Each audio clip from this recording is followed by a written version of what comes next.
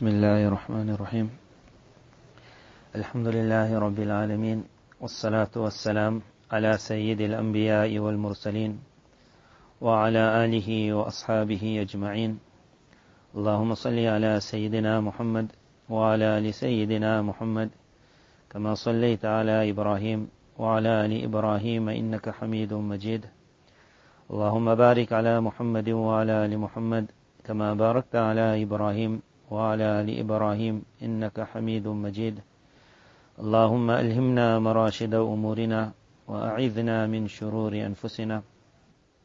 In Kitab al-Fitan, the narration that comes shortly after the one that we mentioned last week. In this narration, Nabi sallallahu alayhi wasallam will explain the power that Allah has given the people of Islam.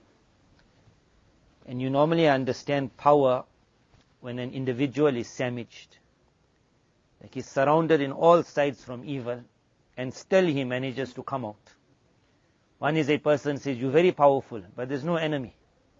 One is the enemy is one or two. One is the enemy is all around. From outside you got enemies, from inside you got enemies. So it's a very unique narration that first it speaks about the amount of problems that this Muslim Ummah will face. And at the end of the narration it shows, but despite the problems, Allah will create such a power in this Ummah that they will never ever collapse. The narration starts, it's a narration of Abu Dawud from Thawban radiyallahu an. He says, Allah's Nabi sallallahu alayhi wasallam said, إِذَا وُضِعَ السَّيْفُ فِي أُمَّتِي لَمْ يُرْفَعْ عَنْهَا إِلَى يَوْمِ الْقِيَامَةِ. That when the sword will be opened in my Ummah, and that happened in the time of Usman radiyallahu an. And he also said, once it's going to start, it's not going to end. Meaning the Muslim Ummah themselves will continue fighting. And the manner that they fought from the beginning, that has taken more lives than what enemy ever took of Muslims. That itself would have been like the beginning and the end of Islam. Just that, so much of infighting in the Ummah. إِذَا وُضِعَ السَّيْفُ فِي أُمَّتِي. When the sword will come out, till Qiyamah, it's not going back. My Ummah will carry on fighting. So normally it's said, as long as there's instability, you can't expect to go anywhere. But unique this Ummah, with all that fighting, they fought against the Crusaders, they fought against the Mongols, they fought against which and which empires came. إِذَا وُضِعَ السَّيْفُ فِي أُمَّتِي لَمْ يُرْفَعْ عَنْهَا إِلَى يَوْمِ الْقِيَامَةِ وَلَا تَقُومُ السَّاعَةُ حَتَّى تَلْحَقَ قَبَائِلُ مِنْ أُمَّتِي الْمُشْرِكِينَ وَحَتَّى تَعْبُدَ قَبَائِلُ مِنْ أُمَّتِ الْأَوْثَانِ. And the hour will not be established until Qabila is one, Qabail. There will be many tribes of my Ummah that will link up, they will make their relationships with al-mushrikeen. The word mushrik was like the worst word for the Arab, because the beginning fight was only with the mushriks. At the beginning they had no fight with the Christians, they had no fight with the Jews. Their main thing was the mushrikeen of Makkah Mukarramah. Allah's Nabi sallallahu alaihi wasallam, when it was conquered, he said, Shaitan has lost hope. He lost hope that the idols will come back to the lands. He said, now he will make you all fight amongst each other. But he also mentioned in the narration about when Arabs themselves will get their idol again. When idol worship will come back to the Arabs, which the world would never think, how could that happen? But in the last 2-3 years it has started. In certain very important Muslim countries, they have begun teaching regarding the Hindu faith. He said it's a very unique, steep in history. It is something to be learnt. There has already been talk about idols being brought into many Arab states, temples being put up. And Arab leaders have already been seen entering into these temples and making their bowing towards the idol. حَتَّى تَلْحَقَ قَبَائِلُ مِنْ أُمَّةِ الْمُشْرِكِينَ وَحَتَّى تَعْبُدَ قَبَائِلُ مِنْ أُمَّةِ الْأَوْثَانِ. Meaning that which went out, even that will somehow manage to come in. So one is so much of internal fights. Sword will never be lifted. One is so much of desire people of this ummah will have to always go backwards. Even if they pull out of kufr, there'll always be that one group who will always say, I don't like Islam. They will always be calling, I want some other right out of it. So one is your own house is fighting. Everyone is killing each other. Second is the people in your own house only wants out of the house. You will say from outside, no stability at all in this. وَإِنَّهُ سَيَكُونُ فِي أُمَّتِي دَجَّالُونَ كَذَّابُونَ. And then in my ummah will come master deceivers. 30 will be the height, like 30 masters. Normally one master, he can create so much of confusion. My ummah will have 30, meaning there will be many small ones, but 30 major ones. دَجَّالُونَ كَذَّابُونَ كُلُّهُمْ يَزْعَمُ أَنَّهُ نَبِيٌّ. And each one will be able to portray to the people that he is bringing a divine message. He is a Nabi. Whether himself he would sometimes say loudly, I am the last Nabi. And there were many who never used that word nubuwah. But they explained to the Muslim nations who they ruled, we have brought for you a constitution which will take you back to where once upon a time we were. They explained to their nations that because of Muslim rule, we were pushed back from Europe. And for us to keep up with Europe, there will be a lot of changes we will have to be making. And they would explain it in this manner, that and I am chosen by God. Mustafa Kamal, he was known as Aturturk, meaning the chosen, the selected by God. He himself claimed that I have been sent by God to make the Muslims of this land. Each one will make a claim he is the Nabi, meaning he got the divine message. So much that their religion will be stolen. Now again you go back in the house. All the sons are fighting with the swords. Everyone is killing. Then especially, it's normally women. Women, they always, whatever they get, they want something else. So they want out. They want to try something new. They say, let's bring the idol back into the house. Let's bring music in the house. What a house this is. Sons are fighting, killing each other. Then the women that are there, they're trying to bring all evil into the house. The dancing must come back. One side you will hear about what's happening in the world. Another side you will hear someone's nikah is taking place. And the aunties are dancing. They're going for belly dancing lessons. You don't know what a thing. Trying to bring evil back in the house. What a house. And then worse than that is you get the father of the house now coming. The leader. And he's the biggest deceiver of all. فَالدَّجَّالُونَ كَذَّابُونَ كُلُّهُمْ يَزْعَمُ أَنَّهُ نَبِيٌّ. Each one will say, I brought a divine message, listen to me. Everyone listens. The sons who are fighting, they also listen. And they also think, maybe now we got someone who will save us. He is the biggest liar. وَأَنَا خَاتَمُ النَّبِيِّينَ وَلَا نَبِيَّ بَعْدِي. Remember, I am the last Nabi, no Nabi after me. No Nabi means no Shariat. No Shariat means there can be no other constitution. No matter how they explain that this law seems fine. Allah's Nabi said, أَدَّبَنِي رَبِّي فَأَحْسَنَ تَعْدِيبِي. That I never come with my own law. The law of character my Allah taught me and how He taught me. Everything would just fit in place. Now imagine what a house this is. Everything is confused in this house. This is the last house that you would ever think would manage to stand the storm of every time. And then the last part of the narration is, وَإِنَّهُ لَا تَزَالُ طَائِفَةٌ مِّنْ أُمَّتِي عَلَى الْحَقِّ ظَاهِرِينَ. But Allah will ensure that there will always be some group that will be firm on the truth. Meaning in that same house. Where you will wonder, how can that group come out? لا تزال طائفة من أمتي على الحق ظاهرين لا يضرهم من خالفهم. Everyone else in that house will be against them. Those that are fighting among themselves, when they will notice them, they'll say, let's stop our fighting and go for them. Those aunties and uncles who want to bring all the evil inside, as soon as they see them, they will make them the target.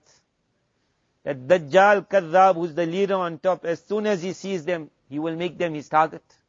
They will be the target of everyone. لا يضرهم من خالفهم. But those who oppose them will not harm them. حتى يأتي أمر الله. And it will continue like this until the final decision of Allah comes. This is the history of Islam. Whenever evil nations came, they came with this whole entourage of enemies. They brought in their evil ways, they brought in their evil leaders, they made the people amongst themselves fight, and they said, then there's no way this group will stand. You can give examples of the whole history, but because now everyone only wants to know one history, like Afghanistan, only one. So I'll just give you a short of this history. Remember when we were in madrasa, this is like the last part, but actually the history of Afghanistan starts from Britain. So we'll go back to Britain. But when we were in madrasa, I remember one nice article. Article is nice when it's short, but it gives a good message. It was a very nice article. It had there Pakistan, then it had Afghanistan, and then it had Qabristan. Very nice it was. Pakistan, Afghanistan, Qabristan. So at that time, my one friend told me that, because very great dreams were had at that time by the Mujahideen, but it never happened. It was seen go into the mountains and the help of Allah is falling. And then after about 3 or 4 weeks, it was like they're just being bombed from every side. So we were still in the 5th year, I think, at that time. And that one friend of mine said, like, but where's those dreams? And at that time I said to him that when Yaqub alayhi salam had a dream, Yusuf alayhi salam had a dream that the sun and the moon and the stars are making sajda to you. Did they make sajda the next day? Dreams show itself. So this is a unique land, this thing. Qabristan. Allah Tabarak Ta'ala brought about in this last era like 4 mighty empires. 4 mighty empires. And very amazing indication to these 4 mighty empires was made like in certain, although it's not no hadith and it's not something we rely on at all. Christians are supposed to rely on it more because it's in their Bible. We see it in our books of tafsir. It is called a dream of Daniel alayhi salam. But the Christians, they got it in their Bible, so I wonder how they explain it. They shoot a lot because whenever it's not working, they can make any story. Bakka is in their Bible, up till now, Bakka. So they write their location unknown. That's Bakka, unknown. If only I knew who wrote that location unknown, I'll tell him Google search that word Bakka. It'll come out immediately Makkah. Another name for Makkah. How you can say location unknown? They write the location unknown. Up till now the word is there, but location unknown. So how they look at this narration, wonder. But it was that he saw, like the angel showed him, I will show you the empires of before the end of time. So he saw 4 animals. Daniel alayhi salam in the dream, he saw 4 animals. He saw a lion, and then he saw a bear, and the third one was like what we will call like a leopard or a panther. And then he saw an animal which was so fierce and so different, like not a normal animal. But the other animals in front of it submitted. So it was like the worst of the animals. So to understand the bear and the lion was nothing hard. Because in this last part of history, that first mighty empire, and it was a very mighty empire. That's why they said the sun never sets on the British Empire. Because wherever it was moving the sun, they were in control. Much more than what the Mongolian Empire was. The British Empire beat it all. British Empire. And the sign of the British Empire was the lion. It was called the British Lion. The British Lion. And then the bear wasn't hard at all because the Russian bear it was called. The emblem of Russia was the bear. That's why at that time, The beginning was Britain and Russia were fighting over Afghanistan. Beginning was Britain and Russia. That's why Britain went into Afghanistan, to keep Russia out. So at that time, people used to like make jokes and say that one poor Afghani, on one side of him is a lion and on the other side is a bear. How will he ever survive? Like, because we had one Afghani, and the Afghani, he never had British weapons and British armor, and he never had Russian weapons and Russian armor. Until the ending, he kept his kurta, and many of them kept their lungi also. Now you look at that individual and you see a lion on one side and a bear on the other side. And the question is, how will he ever survive? How will he ever survive? So Britain entered in about, I think it was around 1840. That's why nicely one person wrote, 19th century British Empire, 20th century Russian Empire, Soviet Empire, 21st century American Empire. 19th century British Empire, 20th century Russian Empire, 21st century American Empire. All of them. 3 centuries. So in 1840, 1838, 1840, Britain went in. They went in 3 times. But the biggest was this 1838, 1840. They lasted for about 4 years. They called it the Afghanistan disaster. They lasted about 4 years. They entered with about an army about 20,000, 25,000. Then they entered into Kabul like nothing. That's why they write of Alexander the Great. He said, Afghanistan, very easy to get in, very hard to get out. Very easy to get in, very hard to get out. So 25,000 they took over. They walked into Kabul like nothing. And then about 3 years later, there was that revolt, and they started backtracking, running out. So in running out, they say that an army of 4,500 and civilians about 18,000. So about 20,000 again. 20,000 were trying to run to get to what is known as Jalalabad. Jalalabad is the one that was taken over just before the final city fell, Kabul. So from Kabul to get to Jalalabad, they had to pass some mountains. In those mountains, they were attacked, and only one person came out alive. One doctor. He was found in Jalalabad coming on a horse which was called the dead horse. The horse was dying, he was dying. Some said they actually allowed him to escape so that he could reach there to tell the tale of what happened. As soon as he reached there, for a couple of days they made fires, and they were like, so that if anyone else is in the mountains can find their way. Then after a couple of weeks they realized nobody else is there. No one else. They write in history that there were those who were taken as captive and taken back, but no one who reached Jalalabad after that. One doctor. Whatever his name was, Dr. Brown or whatever. He was a soldier also in the army, but like a surgeon also. One doctor. So it was like the Afghanistan disaster, about 17,000. Then it was at the end of, I was born in 1980. So I think 1978.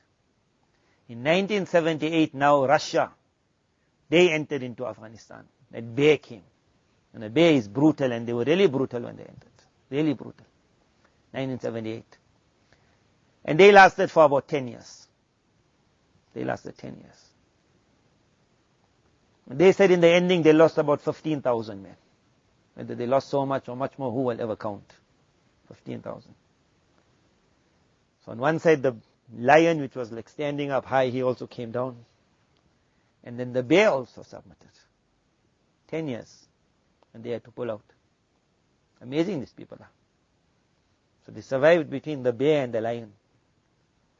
Then in his dream, he saw one animal in front of which the bear submitted, the lion submitted, that panther submitted.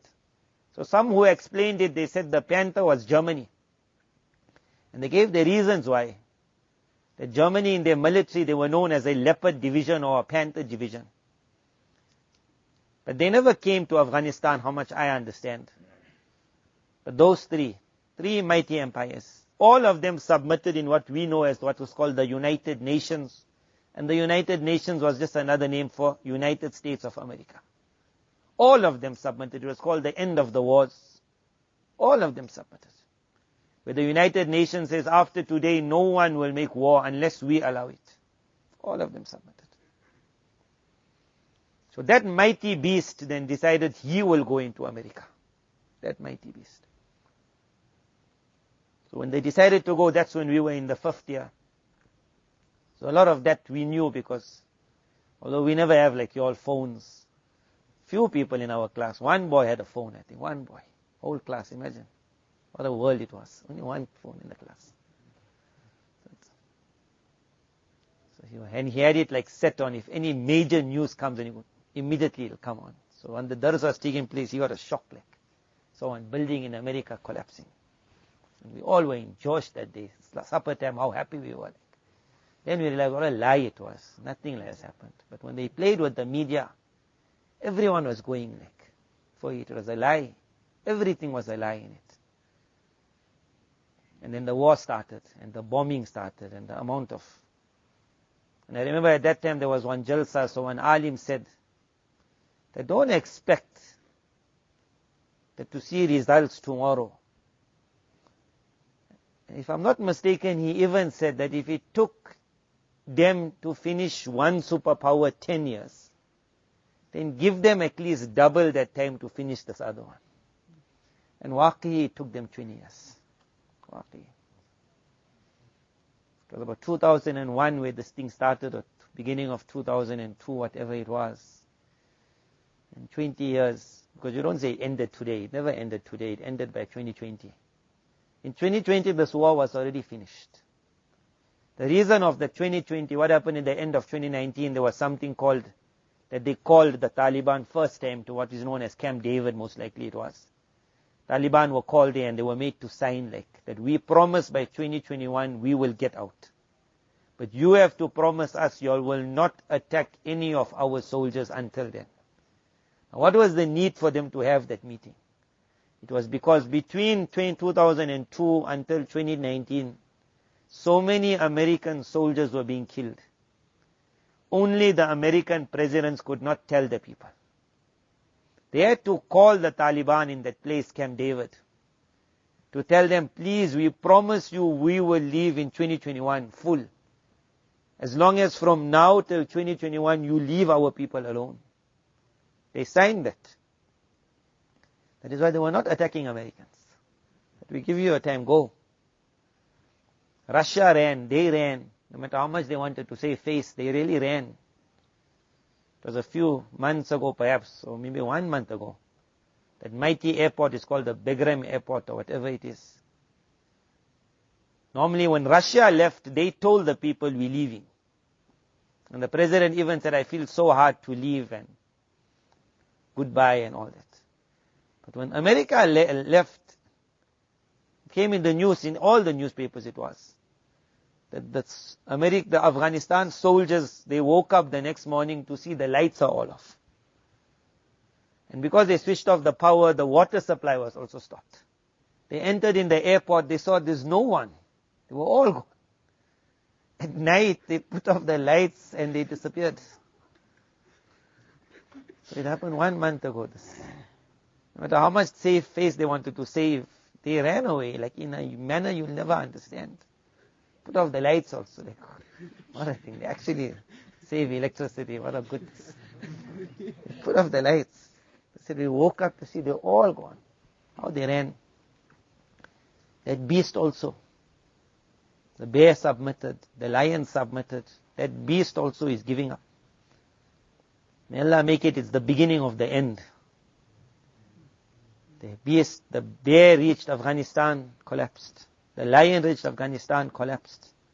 This mighty beast, he reached Afghanistan and sapped of his energy, and finally 20 years later collapsed.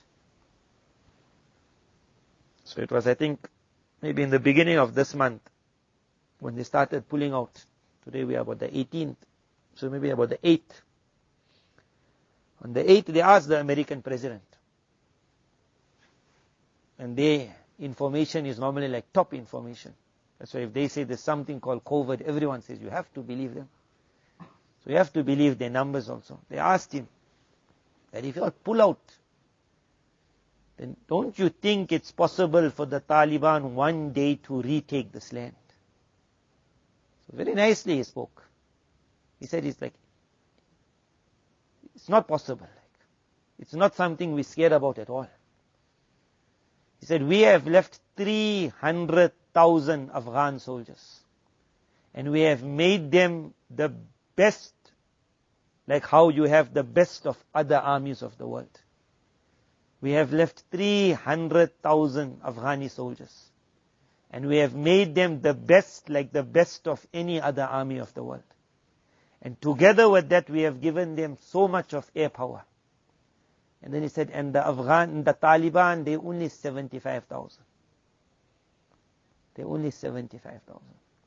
So you take that 75,000 to go up to your 300,000. You say times 4. Times 4. So think of this verse of Quran where Allah Tabarak Ta'ala said that one believer who's strong, he will take down 10. And then he said, الْآنَ خَفَّفَ اللَّهُ عَنْكُمْ وَعَلِمَ أَنَّ فِيكُمْ ضَعْفًا. But still one will manage to take down 2. Still one will manage to take down 2. They're not the strongest. They're not the weakest. But they're showing they're going higher. They never only fight for 1 to 4. 1 to 4 there was no fight. There was no fight. No one fought. So if you had to add it a little bit up, it's okay, bring a 5th or 6th. Maybe if there was 7, then the war would have started. And maybe they would have won that thing. They might have put up to 8. But most likely they're still not on 10. But what a power it showed was given to the people of Iman. That with all this inner fighting, and with all this evil within your own people also, in their Afghanistan, in the rest of the world, there are always Muslims who say, I wish we can have Christianity in us, and the Jewish ways in us, and the Hindu ways in us, and modern ways in us. They want it all in it. And they are those that are joining the mushrikeen. They are those who are calling for the idols. They are those who are the biggest of liars sitting on the top with all their propaganda, with all of that. Then you got one lion attacking, and then you got one bear attacking, and then you got one mighty beast who's worse than the lion and the bear attacking. And facing all of that, you got one Afghani. One Afghani. And he loves to read, إِذَا جَاءَ نَصْرُ اللَّهِ وَالْفَتْحِ. How I read it. So this is, لا تزال طائفة من أمتي على الحق ظاهرين. With all these problems, Allah's Nabi said, but Allah will make sure a group of my ummah will remain firm on the truth. لا يضرهم من خالفهم. No matter who comes against them, they will not manage to collapse them. حتى يأتي أمر الله. This was mentioned, it was that hadith. But for me and you to understand the azmat of this deen, that whoever felt we too weak, they flew with the rest. And whoever felt Islam is not weak, Allah kept them standing. In ilm, Allah kept them standing, no matter how much of fitan came. Those who said we will not give up, with ilm we will speak the truth. The truth remained, everything else went. Those who on the battlefield said we will not give up, everyone else went, they remained standing. A believer is not one who looks at whoever is around him and says, too much of problems. This narration said, surrounded with problems. But a group will be kept on the haqq, and none will be able to harm him. Me and you must make dua that Allah must not let us be those that when we see halat is not for us, then we also say times have to change. We have to give in a little bit. You don't work this. Rather think of history and you will find whoever said it will work, they made it work. Whoever said it will work, Allah made it work and He used them to make it work. لا تزال طائفة من أمتي على الحق ظاهرين لا يضرهم من خالفهم حتى يأتي أمر الله. Until the final matter, decision, command of Allah comes, this battle will continue. And it won't be only in one place. It will be around the world. There will always be imtihanat and there will always be tests. But it should wake up the world that when Allah wants someone to stand, He can stand against a bear, He can stand against the lion, He can stand against the master of the bear and the lion. When He could stand against all, Islam gave that power. Then me and you can also stand. May Allah Tabarak Ta'ala make us those who stand for His deen through no matter whatever comes. Wa akhiru da'wana anil hamdulillahi rabbil alamin.